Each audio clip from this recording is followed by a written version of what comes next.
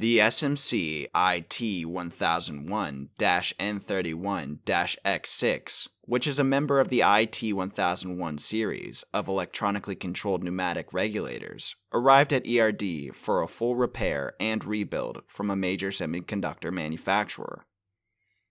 This particular regulator had a pressure stability problem, where it would not control the output regulation within the specification and required a rebuild of the internal valve components. As shown in the video, after the repair, these regulators are set up with an air source and then checked through the spectrum of outputs using a DC power supply, as these are a 0 to 10 volt DC controlled regulator.